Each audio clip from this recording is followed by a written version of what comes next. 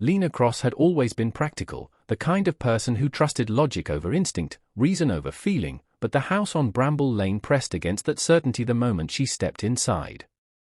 It wasn't visibly disturbing, just old, narrow, quiet in a way that felt too complete, like it was holding its breath. That first night, exhaustion dragged her quickly into sleep, her body wrapped tightly in the soft weight of her blanket, cocooned in what should have been comfort. But sometime deep in the night, she stirred, not fully awake, just aware enough to notice something was wrong. A faint cold brushed against her toes. The blanket had slipped.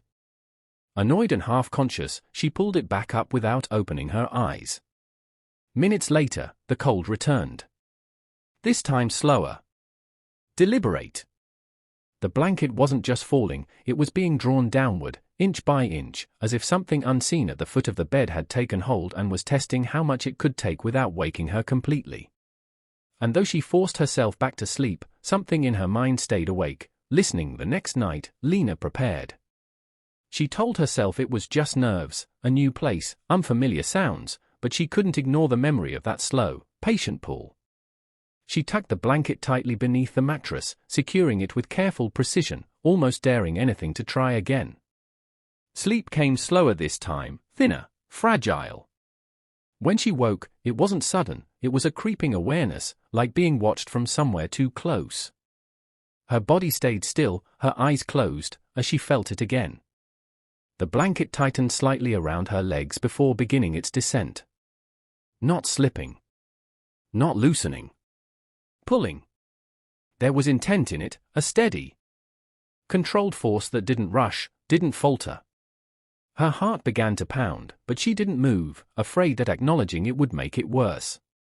When she finally opened her eyes, the room looked empty, unchanged, but the blanket had moved halfway down her legs despite being secured.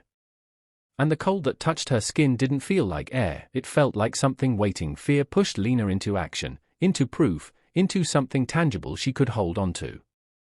She set up her phone to record overnight, telling herself that whatever this was, it would look different in the light of evidence. But even before she reviewed the footage, she knew something had changed. That night, the pulling didn't wait for sleep. It started while she was still awake, still aware, her fingers wrapped tightly in the blanket as she felt it shift against her grip. Slowly, steadily, it began to slide again. She held on harder, her muscles tensing, and for a moment there was resistance, a quiet, undeniable resistance, as if something on the other end noticed her defiance.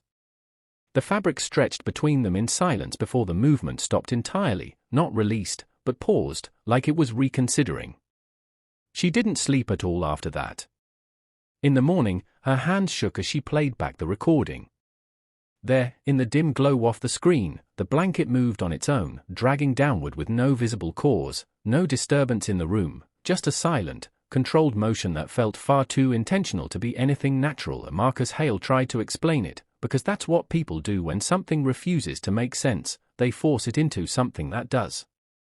Drafts, uneven flooring, subconscious movement, he listed them all, each one sounding thinner than the last as the video replayed again and again.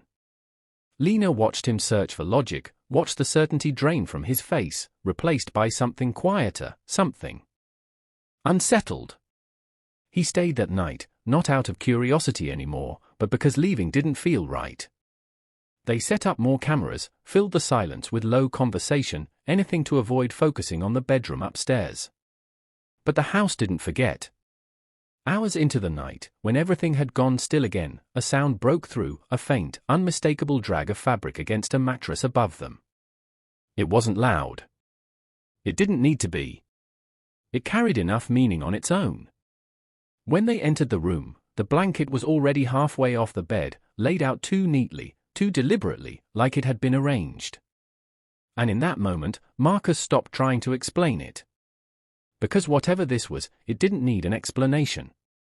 It needed acknowledgement. The room felt different now that they had seen it happen, like something had shifted from hidden to aware. Lena stood still, her eyes fixed on the foot of the bed, while Marcus checked every corner, every shadow, every possible place something could hide. But there was nothing. No movement. No sound. Just the quiet weight of a presence that refused to reveal itself fully. Then the light flickered. Just once at first, a quick dimming that could have been dismissed if it hadn't happened again. In that brief moment of darkness, Lena saw it. Not clearly, not completely, just a shape where no shape should be, darker than the shadows around it, positioned exactly where the blanket had been pulled. It didn't move like a person. It didn't shift or step away. It simply wasn't there anymore when the light returned. Marcus didn't see it, but he saw her reaction, saw the way her face changed, and that was enough. Because something doesn't have to be visible to be real. Sometimes, the way it makes you feel is proof enough. They didn't leave the room after that. Neither of them said it out loud, but both understood the same thing: they needed to see it again, to face it, to confirm that what they were experiencing wasn't something they could still deny. They sat on the bed, the blanket folded neatly between them, their hands resting on it as if holding it in place could stop whatever had been taking it. Time stretched slowly, each second dragging into the next, the silence growing heavier with every passing minute. Then, without warning, the fabric shifted beneath their hands. It was subtle at first, a small movement, almost testing, but it didn't stop. The blanket began to slide again, pulling away from them despite the pressure of their grip. Marcus tightened his hold, Lena's fingers clenched, but it didn't matter. The force wasn't sudden or violent. It was steady. Certain. It continued to pull, inch by inch, overcoming them with quiet persistence until the blanket slipped free entirely and dropped to the floor. And in that moment, the realization settled in fully: it wasn't trying to take the blanket. It was showing them that it could. Lena left the next day without hesitation, without looking back, abandoning anything that meant returning to that room even for a moment. Marcus told himself it was over, that whatever had been in that house was tied to it, contained within its walls. For a while, that belief held. Until the night his own blanket shifted. It started small, just enough to wake him, just enough to make him notice the cold against his feet. He didn't move at first. Didn't breathe. Because deep down, he already knew. When the blanket began to slide downward again, slow and deliberate, he felt the same quiet certainty settle in, a recognition of something familiar. Something that had learned. He stared into the darkness at the foot of his bed, where the shadows gathered just a little too thick, just a little too still. And this time, there was no question left in his mind. It had never been about the house. It had only ever been about them noticing.